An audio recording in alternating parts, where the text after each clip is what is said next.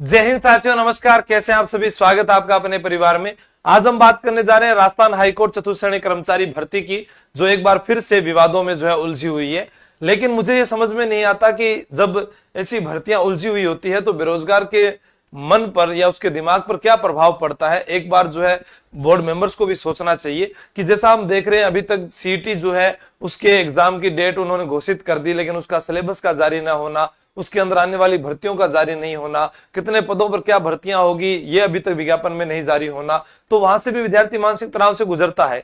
उसी समय जो है बहुत सारे पेपर लीक हो जाते हैं, वो उनसे भी तनाव से गुजरता है। और ऊपर से इतनी तपती दोपहरी, इतनी गर्मी के अंदर वो आप सोचिए कि वो किस प्रकार से जीवन यापन कर रहा है। और फिर उसे जो सबसे आसान भर्ती लगी हाईकोर्ट चतुर्थ श्रेणी कर्मचारी एग्जाम, उस एग्जाम का नहीं होना, और लगातार विद्यार्थी पहले अप्रैल माह में तारीख, कोई और तारीख, फिर आगे तारीख पर तारीख, तारीख पर तारीख, ऐसा लग रहा है जैसे वो कोर्ट के अंदर वकालत कर रहा है। और वही चीज यहां पर होती हुई नजर आ रही है। लेकिन यहां पर अगर किसी नेता की रैली होती, अगर यहां पर कोई धरना प्रदर्शन होता या कोई बात होती कि यहां पर हिंदू मुस्लिम की या कोई मंदिर बनाने की, तो तुरंत उस पर संज्ञान लिया जाता और वहां पर काम हो जाता। लेकिन जब भी बात बेरोजगारों की आती है, बार बार आती है, तो उसके ऊपर कोई बात करता ही क्यों नहीं है? ना कोई नेता करता है, ना कोई युवा नेता करता है। सब अपने अपने काम में क्यों बिजी है? वो ये क्यों नहीं सोच रहे हैं कि अभी जो है शिक्षक भर्ती के लिए ये करना चाहिए, रीट की भर्ती के लिए ये करना चाहिए, आने वाली आगामी जो पुलिस की भर्ती है वो सीईटी में होगी या नहीं होगी?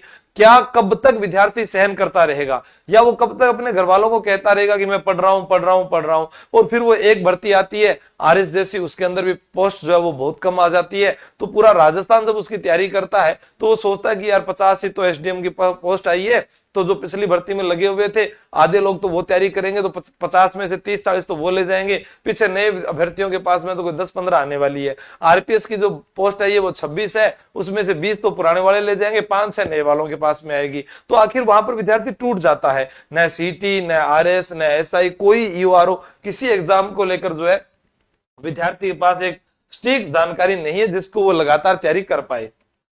कम पढ़े जरूरतमंदों को मौका मिले, सरकार ऐसे नियम से व्यवस्था बिगड़ेगी। भर्ती अटकी 10वीं पास को प्राथमिकता पर सरकार हाईकोर्ट आमने सामने। राज्य सरकार के 3 बड़े तर्क को इस तरह सीमित नहीं किया जा सकता। अधिक पढ़े उम्मीदवार भी सिर्फ 10वीं की अंक तालिका लगाकर आवेदन कर सकते हैं। ऐसे में वास्तविक योग्यता प्राप्त करना मुश्किल होगा। नियम लागू हुआ तो दूसरी भर्तियां, खासकर 53,000 से ज्यादा चतुर्थ श्रेणी भर्ती में भी मांग उठेगी। हाईकोर्ट का पक्ष, जरूरतमंद बाहर हो रहे हैं।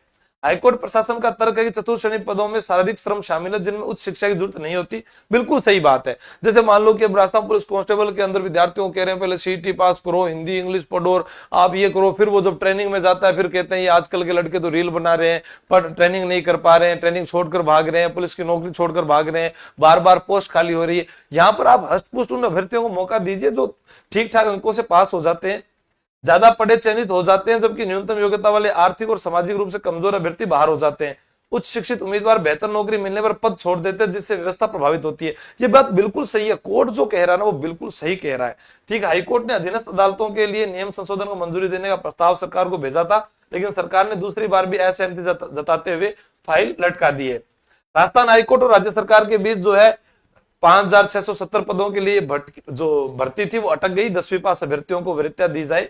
हाईकोर्ट ने नियमों में संशोधन कर इसका प्रावधान जोड़ दिया, और वो कहना भी सही है। इसके अंदर कुछ अलग अलग बातें हैं। आइए देखते हैं बेरोजगार संघ के अध्यक्ष हनुमान किसान जी क्या कहते हैं। 10th पास को इंटरव्यू में प्राथमिकता देने को नियम को लेकर विवाद है। इस जगह सरकार अपनी जगह पूरी तरीके से सही है। ये नियम लागू नहीं होना चाहिए। इसकी आड़ में इंटरव्यू में भाई भतीजावाद भी होगा और पारदर्शिता नहीं रहेगी। यहां तक सरकार की बात भी सही है, वहां कोर्ट की बात भी सही है। भर्ती अटकने से लाखों अभ्यर्थियों को परेशानी उठानी पड़ेगी, लेकिन शुरू में विवाद का सामना हो जाए जिससे बाद में जब भी भर्ती शुरू हो तो प्राथमिकता के साथ बिना विवाद शुरू हो सके। अब आपको पता है कि ये भर्ती पिछले साल से हम इसी भर्ती के ऊपर जो है गीत गा रहे हैं, लेकिन अभी तक कोई इसका जो है लेखा जोखा पता नहीं चला है। यहां पर मैंने जब उनका ये ट्वीट लगाया हुआ तो मैसेज भी किया मैंने कब होगा एग्जाम, तो उन्होंने कहा अभी तो मुश्किल है, 2-4 महीने तो एक बार निर्णय हो जाए इस पर। तो इसका मतलब कहने का क्या है कि अभी जो आपका महीना चल रहा है ये तो गया मई, तो आप ये मान लीजिए जून, जुलाई, और या तो एग्जाम हुआ आपका अगस्त में, सितंबर में फिर एसआई, सितंबर बाद में अक्टूबर आरएस करवा देंगे, नवंबर सीईटी स्नातक करवा देंगे, और दिसंबर 10+2 सीटी करवा देगी सरकार। तो यहां पर आपके पास में बचता है अगस्त और सितंबर वाला ये जो महीना है, इसी के अंदर जो है एक बड़ी भर्ती का आयोजन करवाया जाएगा। अब आपके पास में जो है ये तो तब होगा जब इस पर फैसला आएगा, तब तक नहीं होगा। अगर आप इसका इंतजार करते रहे तो आगे फिर आपके पास 2 या 3 महीने बचेंगे, जिनमें आपके पास में एक अवसर और चला जाएगा सीटी का।